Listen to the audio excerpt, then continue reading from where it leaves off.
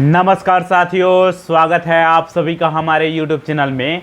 साथियों, आप सभी के जानकारी के लिए मैं बता दूं कि मेरा नाम है विजय कुमार और अगर आप लोग उच्च कोटि के ब्राह्मण हैं तो मैं आप सभी के पैर छू करके प्रणाम कर रहा हूं। उच्च कोटि के कहने का मतलब आपको वेदों के बारे में जानकारी हो, पुराणों के बारे में जानकारी हो, महाभारत, रामायण, इन सारी जो ब्राह्मण, आरण्यक, उपनिषदों के बारे में जानकारी हो।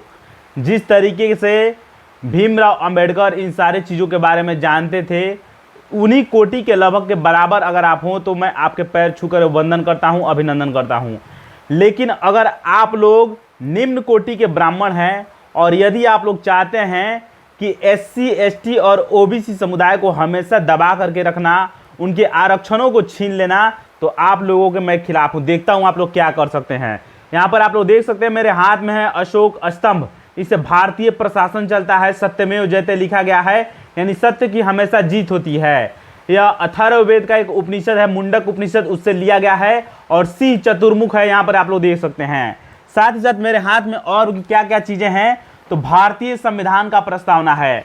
भारतीय संविधान के प्रस्तावना में लिखा गया है सामाजिक, आर्थिक और राजनीतिक न्याय। न्याय कहने का मतलब है उचित और अनुचित, यानी जो लायक हो, जिनको दिया जाना चाहिए, सामाजिक, आर्थिक और राजनीतिक न्याय। तो इसी में आरक्षण की व्यवस्था आती है सामाजिक न्याय के अंतर्गत। तो ये चीज़ ध्यान रखिएगा, उनसे आरक्षण कोई छीन नहीं सकता है। भले ही दिल्ली के जंतर मंतर पर आपको हजारों प्रदर्शनकारी सवर्ण छात्र इकट्ठा हुए हैं, लेकिन वहाँ की जो दिल्ली की जो पुलिस है उनको अनुमति नहीं दी है कि वहाँ पर वो खड़े होकर के प्रदर्शन करें। कुछ लोगों को हिरासत में भी ली हुई है, सैकड़ों पुलिसों को इकट्ठा की है, सैकड़ों पैरामिलिट्री फोर्स वहाँ पर तैनात किए हुए हैं। कुछ जो भी वहाँ पर प्रदर्शनकारी थे वे राजघाट की तरफ बढ़ चुके हैं। तो ये चीज़ें ध्यान रखिएगा। उसके बाद कौन कौन सी चीज़ें मेरे हाथ में थे, सम्राट अशोक का धम्म है। मैं अपने आप को 21वीं सदी का बुद्ध कहता हूँ और इसलिए सम्राट अशोक के धम्म का प्रचार कर रहा हूँ। इसमें लिखा गया है अल्प पाप, अत्यधिक कल्याण, दया, दान, सत्यवादिता, पवित्रता, मृदुता और साधुता। और अंतिम में है अशोक चक्र की 24 तीलियाँ। वह 24 नियम को दिखाती हैं, मानव जीवन के 24 नियम को दिखाते हैं 24 तीलियाँ। अगर आप लोग इसके बारे में जानना चाहते हैं तो इसको रीड कर सकते हैं। इसको मैं फिलहाल यहाँ पर स्किप कर रहा हूँ। अब आइए आज के मुख्य टॉपिक पे बात करते हैं। आरक्षण हटाओ आंदोलन क्यों हो रहा है, क्या क्या चीज़ें चल रही हैं, इसके बारे में हम लोग जानेंगे और समझने का प्रयास करेंगे। दिल्ली के जंतर मंतर पर सामान्य वर्ग के युवाओं और विभिन्न संगठनों ने विरोध प्रदर्शन शुरू किया है। उनकी मांगे क्या है, इस पर भी हम लोग बात करेंगे। दोस्तों, यदि आप लोग SC, ST और OBC संगठन से जुड़े हुए हैं तो आप लोग इस चैनल को सब्सक्राइब कीजिए, क्योंकि मैं आप ही के हक और अधिकार को लेकर के वीडियो बनाने का प्रयास करूंगा। आज से मैं प्रण लेता हूं, तो ये चीज ध्यान रखिएगा। यह आंदोलन भी CJP यानी कॉकरोच जनता पार्टी की तरह सोशल मीडिया प्लेटफॉर्म इंस्टाग्राम के जरिए व्यापक रूप से फैला और अब एक बड़े जमीनी प्रदर्शन के रूप में बदल चुका है। लेकिन इसको जगह नहीं मिल रही है, दिल्ली पर आपको जंतर मंतर पर प्रदर्शन करने की अनुमति नहीं मिल रही है। तो ये चीज़ ध्यान रखिएगा। आंदोलनकारियों की मुख्य मांगे क्या हैं तो आंदोलनकारियों की मुख्य मांगे क्या है, तो इसके बारे में जान लीजिए। प्रदर्शनकारियों ने मुख्य रूप से 5 प्रमुख मांगे सरकार के सामने रखी है। ये 5 मांगों के बारे में जान लीजिए, उसके बाद हम लोग जानेंगे आगे की चीज़ों के बारे में। आर्थिक आधार पर आरक्षण होना चाहिए। अब बताइए, ये लोग कह रहे हैं कि आर्थिक आधार पर आरक्षण होना चाहिए, तो सरकार विभिन्न प्रकार की जो भी योजनाएं चलाती है आर्थिक आधार पर, क्या उसे खत्म कर दिया जानी चाहिए।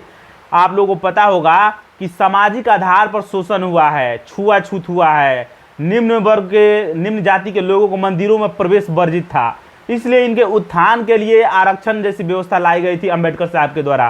तो ये चीज़ ध्यान रखिएगा। एक परिवार एक आरक्षण की मांग कर रहे हैं, यानी आरक्षण का लाभ सिर्फ एक पीढ़ी की होनी चाहिए।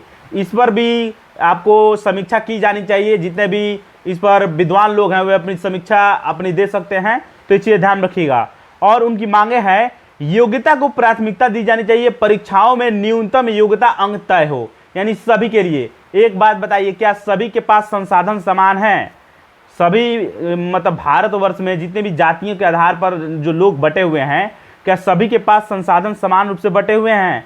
जो अपर कास्ट के लोग हैं उनके पास संसाधन ज़्यादा हैं, तो वो तो लंबी दूरी की छलांग लगाएंगे, दौड़ लगाएंगे, वो विदेशों में पढ़ेंगे। और जो निम्न कास्ट के लोग हैं वे कहाँ जाएंगे? घर से 5 किलोमीटर इधर, 20 किलोमीटर इधर, 20 किलोमीटर इधर, उतना ही दायरा में उनका पूरा जीवन सिमट जाता है।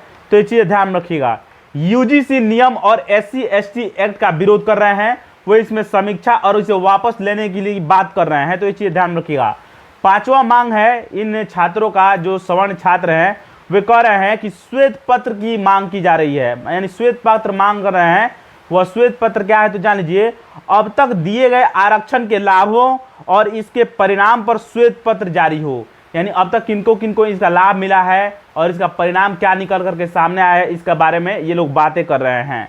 केंद्रीय मंत्री चिराग पासवान ने एक स्टेटमेंट दिया है, इसके बारे में जान लीजिए। उन्होंने कहा है कि आरक्षण कोई खैरात नहीं है बल्कि एक संवैधानिक अधिकार है।